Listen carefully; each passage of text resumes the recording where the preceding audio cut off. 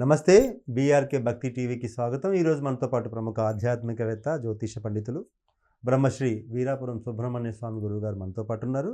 గురుగారిని అడిగి అక్షయ తృతీయ రోజు పాటించాల్సిన నియమాలేంటి, అక్షయ తృతీయ రోజు అసలు ఏం చేయాలో గురుగారిని అడిగి తెలుసుకుందాం. నమస్కారం గురుగారు. శుభాశీస్సులండి. గురుగారు, అక్షయ తృతీయ నెల 30 రాబోతుంది కదా, అవును. ఆ రోజు పాటించాల్సిన నియమాలేంటి? అంటే చాలామంది అక్షయ తృతీయ వస్తుంది కాబట్టి అవును. బంగారం కొనుక్కోవాలి, కొనుక్కుంటే ఆ సంవత్సరం అంతా బంగారం కొంటూనే ఉంటాం, అలాగే లక్ష్మీదేవి వచ్చి మన ఇంట్లో కొలువైతుంది అంటారు. ఇది వాస్తవం. నిజమే అంటారా? వాస్తవమే. మరి వాస్తవం అంటున్నారు, ఇప్పుడు చూస్తే అక్షరాల ₹1,00,000 అయింది బంగారం. కొనలేని వారి పరిస్థితి ఏంటి? దాని గురించి వివరించండి. చాలా మంచి మాట అది.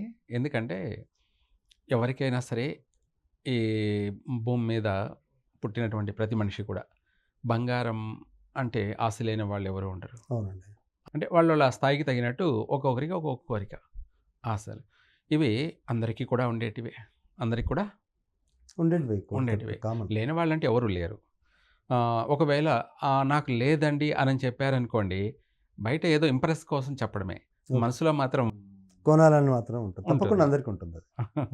లేని వాళ్ళంటే ఎవరు ఉండరు. అయితే మీరన్నట్టుగా ఇప్పుడు బంగారం పెరిగిపోయింది అని అంటే ఇంకా కూడా పెరిగే అవకాశమే ఉంది.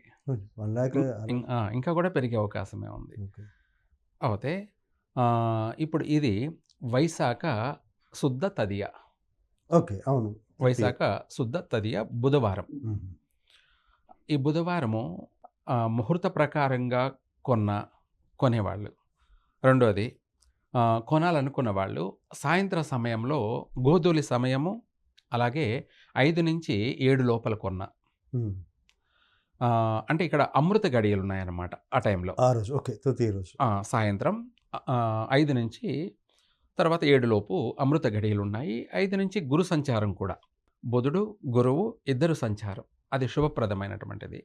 ఆ సమయంలో బంగారం కొన్నట్టయితే మీరన్నట్టుగా సంవత్సరాంతమంతా కూడా పాజిటివే.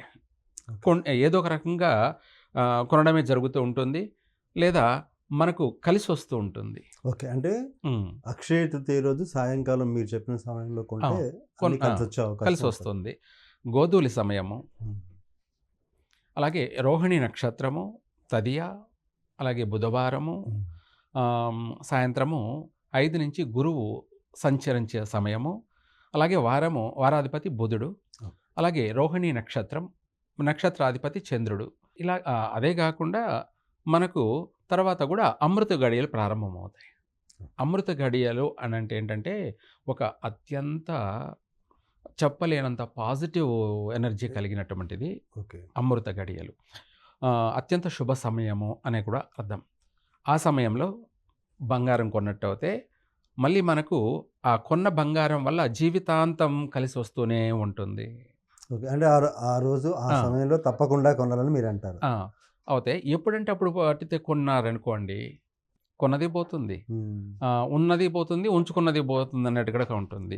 అదే అక్షయ తదియ రోజు మధ్యాహ్నం రాహుకాల సమయంలో కొన్నట్టయితే 12-1:30 రాహుకాలం, ఆ సమయంలో కొన్నట్టు అయితే మనం కొన్న బంగారము మళ్ళీ దొంగలు వడి దోచుకుపోవడం కూడా జరుగుతుంది. ఓహో, అంటే మధ్యాహ్నం సమయంలో కొనకూడదు. రాహుకాల సమయంలో కొంటే ఇంకా రాహుకాల సమయంలో కొన్నట్టయితే మరి మంచి రోజే కొన్నాము కదా అని అనుకుంటుంటారు. ఏంది ఇలా జరిగిందని అనుకునే వాళ్ళు ఉంటుంటారు. ఎందుకంటే జరుగుతున్న పరిణామాలను బట్టి చూసుకుంటే మనం కొన్న శుభ సమయం అనేది ముఖ్యమైనది. ఎప్పుడు పడితే అప్పుడు కొన్నామనుకోండి, దాన్ని మనమే పోగొట్టుకోవడం కొన్నది, లేదంటే ఎక్కడో చోటపెట్టి మర్చిపోవడం, లేదంటే దానికోసం దొంగలు పుట్టడం. ఓకే, ఇప్పుడు చూస్తున్నాగా మెడల్లో ఉన్న చైన్లే లాక్కుపోతున్నారుగా పబ్లిక్గానే.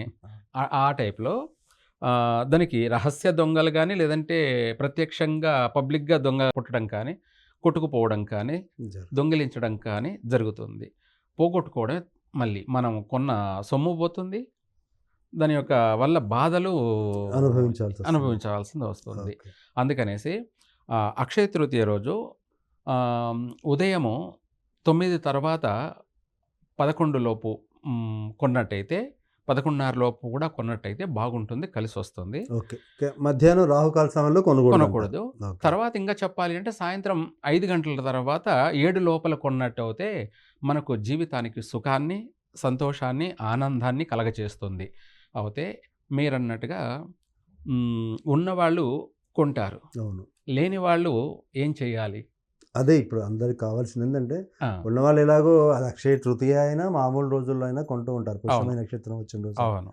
కానీ లేని వాళ్ళ పరిస్థితి ఏంటి? ఏంటంటే వాళ్ళకు లక్ష్మీదేవి ఇంటికి ఆగమనం కావాలని ఉంటుంది కదా! అవును. ఒక తెల్ల వస్త్రాన్ని తీసుకొని హ్మ్.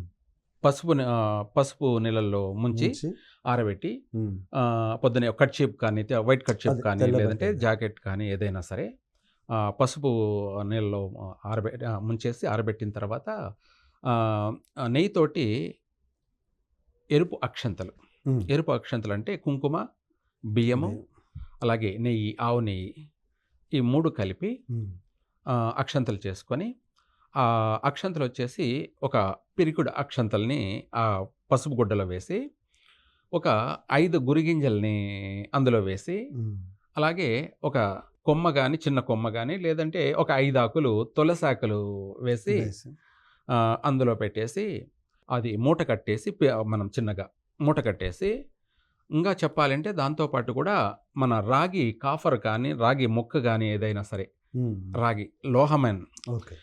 ఈ పంచలోహాలకి మూలమైంది రాగి అనమాట.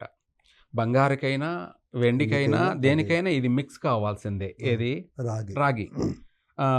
అంటే దానికి ఎనర్జీ ఇచ్చేటువంటిది ఆ లోహానికి రాగి కాఫర్ అనమాట. ఓకే. అందుకనేసి ఇందులో చిన్న ముక్క రాగి కాఫర్ కానీ, నాణ్యం కానీ ఏదైనా సరే ఉన్నా అందులో ఆ మూటలో వేసేసి మూట కట్టేసి, ఆ మూటకి ధూపము చూపెట్టేసి హ్మ్. మన బీరువాలో దానం పెట్టుకునే దగ్గర పెట్టుకోవాలి. పెట్టుకున్నట్టయితే హ్మ్. ఇక్కడ మనకు అత్యంత పాజిటివ్ ఎనర్జీ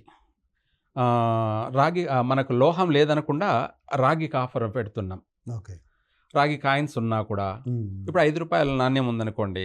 దాంట్లో చుట్టూ ఓ రాగి. ఉంటుందన్నమాట. హ్మ్. అట్లా కాయిన్స్ అయినా సరే, లేదా రాగి కాఫర్ వైర్ ఏదన్నా చిన్న ముక్కలు కట్ చేసైనా సరే, రాగి మాత్రం అందులో ఉంచాలి. ఈ ఎరుపు అక్షంతలు దొరికితే గురిగింజలు, లేని పక్షాన అవసరం లేదు కూడా. రాగి కాఫర్ పెడుతున్నాం కాబట్టి, ఓకే. పెట్టేసి మూట గట్టి బీరువాలో పెట్టినట్టయితే 100% వాళ్ళకు ఆ సంవత్సరం విశేషమైనటువంటి ధనార్జన వస్తుంది. ఓకే. అలాగే అదే బీరువాలో మనం ఏదైతే దాచుకున్నాం, అదే విధంగా మళ్ళీ బంగారం, అనంతమైన బంగారాన్ని కూడా మనం అందులో దాచుకునే అవకాశం కలుగుతుంది. ఓకే. ఫైన్ బావుంది సార్. అంటే ఆ! బంగారం కొనలేని వాళ్ళకి మంచి రెమెడీ ఇచ్చారు. అవును. అక్షయ తృతీయ అంటేనే హ్మ్. దానాలకి ఎక్కువ అవును. ప్రాధాన్యత అంటారు. అవును. ఇలా కొన్న ఆ! ఇలాంటి రెమెడీ చేసినా అవి అవును. కూడా చేయలేని వాళ్ళు ఏమైనా దానాలు ఎలాంటి దానాలు చేస్తే బావుంటది? అయితే ఆ రోజు అక్షయ తృతీయ రోజు చాలామంది ఏమనుకుంటారంటే, మనము ఎవరికైనా ఇస్తే ఇంక జీవితాంతం ఇస్తూ ఉండాలేమో ఓకే. అనే అనుమానాలు ఉన్నాయి. హ్మ్.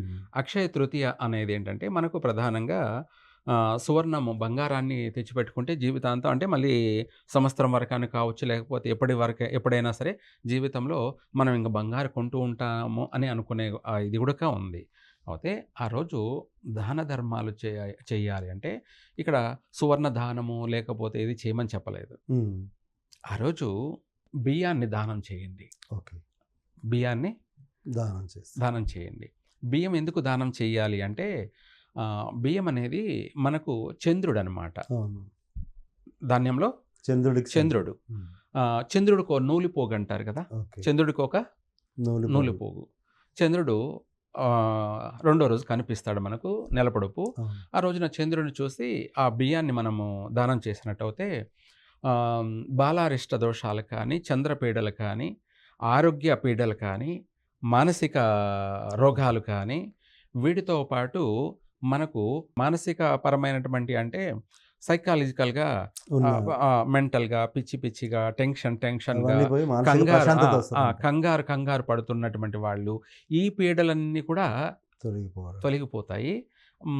ఆ రోజు ఆ బియ్యాన్ని దానం చేయడం వల్ల ఆ సంవత్సరమంతా కూడా వాళ్ళు మనశ్శాంతిగా ఉంటారు. ఓకే. ఫైన్. ప్రశాంతంగా ఉంటారు. బా ఎటువంటి బాధలు లేకుండా, ఎటువంటి కష్టాలు లేకుండా, ఎటువంటి మనిషికి దీర్ఘకాలికమైనటువంటి రోగాలు కూడాను రాకుండా. రాకుండా ఆనందంగా, సంతోషంగా వాళ్ళు ప్రశాంతంగా, మనశ్శాంతిగా ఉండారు అంటే, వాళ్లకు అనేక విధాల వాళ్ళ మనసులో కలిగే కోరికలన్నీ కూడా నెరవేరు. నెరవేరితేనే వాళ్ళు మనశ్శాంతిగా ఇంట్లో ఉండగలరు. ప్రశాంతంగా వాళ్ళ పనులు వాళ్ళు చేసుకోగలరు. మనిషికి ఏ ఒక్కటి జరగకపోయినా టెన్షన్ ఎక్కువ, అవును. ఆలోచన ఎక్కువ, బాధలెక్కువ, కోపతాపాలు అనేకమైనటువంటివి పుడుతూ ఉంటాయి. అందుకనేసి ఈ బియ్యాన్ని దానం చేయడం వల్ల ఇంటెల్లపాది వాళ్ళు మనశ్శాంతిగాను అభివృద్ధి చెందుతారు. ప్రశాంతంగాను అభివృద్ధి చెందుతారు. సంతోషంగా ఇంటెల్లపాది అందరూ కూడాను సంతోషంగా జీవితాన్ని గడుపుతారు. అది కావాలి ఈ రోజుల్లో. ఎందుకంటే 24 గంటలు ప్రతి ఒక్క మనిషి జీవితము పొద్దున లేసినాంచి రాత్రి పనుకున్న కల్లో గూడా ఆలోచనే. కల్లో గూడా అంటే ఏం చేయాలి? అవును. ఈరోజు ఏం చేయాలి? ఎలా సంపాదించాలి? ఏ విధంగా సంపాదించాలి? మనం బాగుపడడానికి, మనం అభివృద్ధి చెందడానికి వాళ్ళు ఎంతమందినైనా సరే మోసం చేయడానికి, తొక్కుంటూ పోవడానికి, ఏదైనా చేయడానికి, ఏదైనా చేసైనా సరే సంపాదించాలి అనే అనే భాష. ఆలోచనలు ఎక్కువైపోతున్నాయి కదా! అవును.